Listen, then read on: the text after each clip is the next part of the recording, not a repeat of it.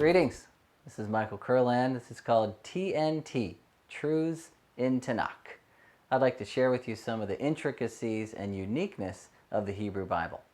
Now, the Hebrews break up the Hebrew Bible, what we know as the Old Testament, into three parts. It's the T, N, and K. The T stands for the Torah, first 5 books of the Bible, and the N stands for Nevi'im, which is the word for prophets, and the Ketuvim comes from the Hebrew word katav, which means to write. And so the first 5 books of the Bible, known as the Law, the second part is called the Prophets, and the third is called the Writings. Now in John's Gospel, John says that Jesus is the Word that was made flesh. Now we can see that fulfilled in a different Gospel in Matthew chapter 17, verse 5, where a voice comes from heaven.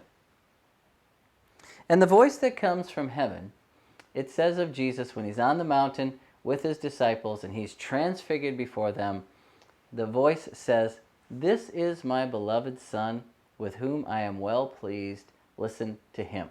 In typical Hebraic style, there's 3 parts to this one utterance. The first part comes from Psalm 2, verse 6. "You are my Son, today I have begotten you."